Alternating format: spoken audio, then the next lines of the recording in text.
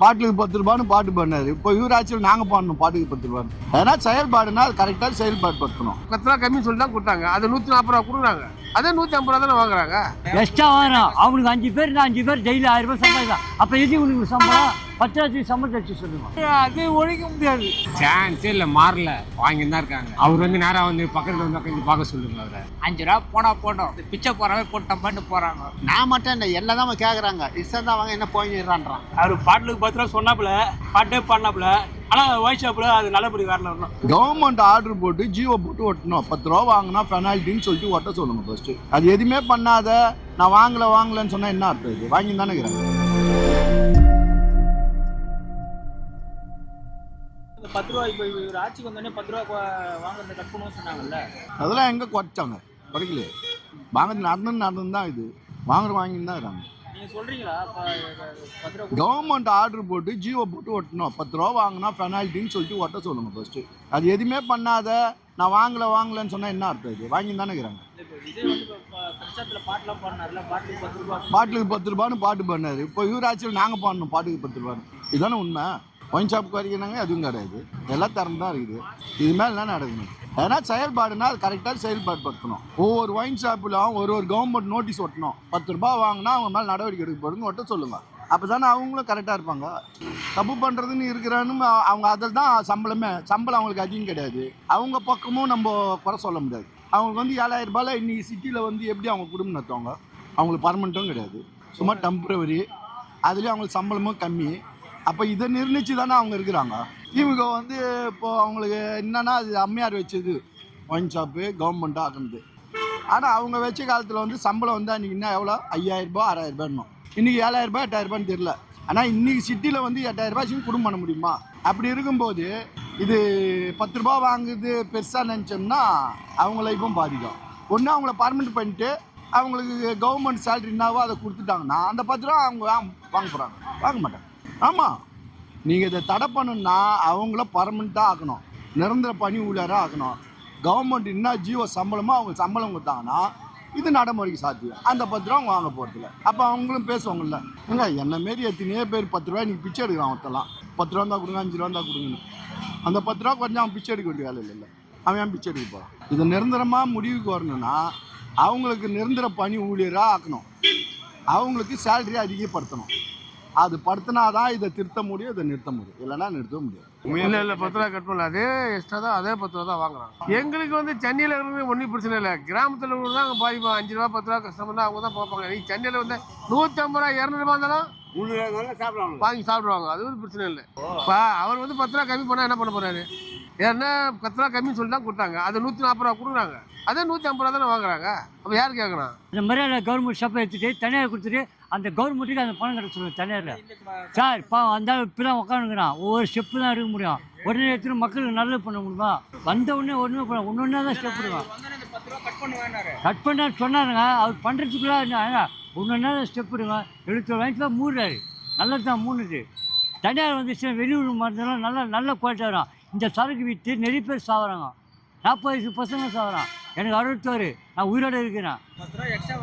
Extra வாங்குறான். அவனுக்கு 5 பேர் 5 பேர் டெய்லி 1000 ரூபாய் சம்பாதிக்கலாம். அப்போ எது உனக்கு சம்பளம் 10 லட்சம் சம்பளத்தை வச்சு சொல்லுங்க கவர்மெண்ட்டில். எங்களுக்கு சிரமம் இல்லையா? ஏன்னா மக்கள் அவதி போகிறாங்களா? 10 ரூபா நீங்கள் அப்புறம் 110 ரூபா வாங்குறேன்டிங்க. அது 10 ரூபா பாட்டில் திருப்பி விட்டா ஒவ்வொருத்தரும் வெளியூர் பாட்டில் திருப்பி விடுங்களா சரக்கு சாப்பிட்டு? என்ன பொறுத்தவரை கவர்மெண்ட் எடுத்துகிட்டு நல்லது தான். எடுத்துகிட்டு ப்ரைவேட் பார் விட்டாச்சா அந்த ப்ரைவேட் பாருடைய காசு கவர்மெண்ட் கட்ட சொல்லுவோம். இப்போ நீங்கள் பாட்டில் திரும்பி கொடுத்தா 10 ரூபா கொடுக்குறாங்களா இல்லையா? 1000 ரூபா கொடுக்குறது ஏங்க? இப்போ குச்சிட்டு பாட்டை கொடுக்குறோம் 10 ரூபா எங்கே கொடுக்குது? லேபிள் விட்டா 160 ரூபாங்க தான் 10 ரூபா பாட்டில் திருப்பி கொடுக்கணும். 150 ரூபா பாட்டில் திருப்பி கேட்டால் நீ எங்கே போய் சொல்லி காணுறான் காசு சொல்லணும். ஆமாம், போன கவர்மெண்ட்ல 10 ரூபா வாங்கி ஊழல் பண்றாங்க. ஆமாம், நான் வந்தோடனே அதை ஒழிப்பண்ணாரு. அது ஒழிக்க முடியாது.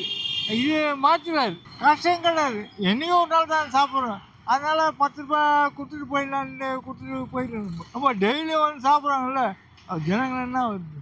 அதுதான் பார்க்குறேன். சான்ஸே இல்லை, மாறல, வாங்கி தான் இருக்காங்க. எனக்கு வந்து அனுப்பி எம்ஆர்பி 170 ரூபா 180 ரூபா வாங்குறாங்க. கேட்டிங்களா? ஏன் எக்ஸ்ட்ரா? எங்கே கேட்டு தொண்டை தான் வலிக்குது. எதுக்கு நம்ம குடிக்கணும், எதுவாக இருந்தாலும் வாங்கி குடிச்சிடறோம். வேற இதுலேயாவது ஏற்றாதான் தான் சரி. அவர் வந்து நேராக வந்து பக்கத்தில் வந்து உட்காந்து பார்க்க சொல்லுங்க அவரை. உண்மை தானே ஜி, என்ன ஜி வாங்க ஆரம்பிச்சிட்டாங்க, வருமானத்தை பார்த்துட்டு எப்படி ஜி விடுவாங்க?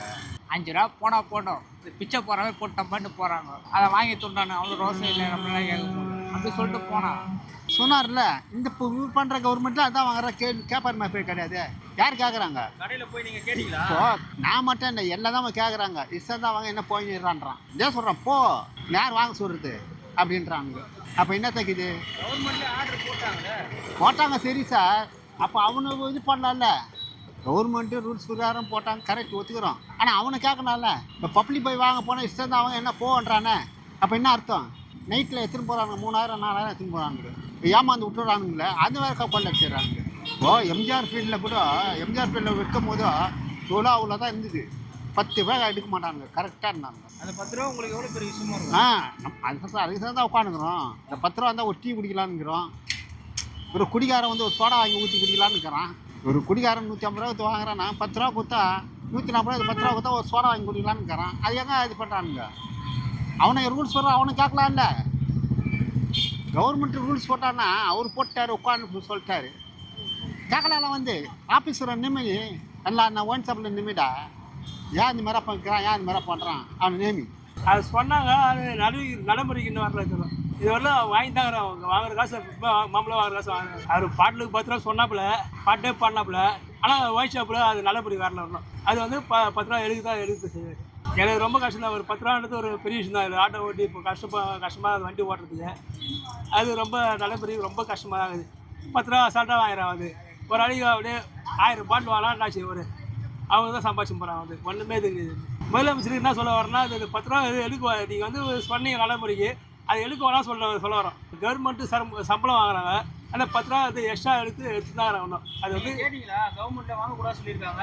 கேட்டால் அவங்க வந்து அதெல்லாம் இல்லை, சரக்கு அந்த சரக்கு இல்லை, சரக்கு இல்லைன்றாங்க. வந்து அப்போ நாங்கள் என்ன பண்ணுவோம்? கடைக்கு சரி வாங்கி போகிறோம், 10 ரூபா போனால் போது தான் வாங்கி போகிறோம். எவ்வளோ நாள் 10 ரூபா எக்ஸ்ட்ரா எடுக்கிறாங்க, 10 ரூபா கொடுத்தா வாங்கி போகணும். அப்போ நம்ம கார் சரக்கு அப்போ தான் கிடைக்கும். இல்லைனா அந்த சரக்கு கிடைக்காது. இல்லை லோக்கல் சரக்கு கொடுப்பாங்க. அதுக்கும் 10 ரூபா எடுக்கிறாங்க. வந்து 140 சரக்கு 150 எடுக்கிறாங்க. 170 சரக்கு 170 ரூபா எடுக்கிறாங்க. எப்படி இருந்தால் 10 ரூபா எடுக்கிறாங்க சார்.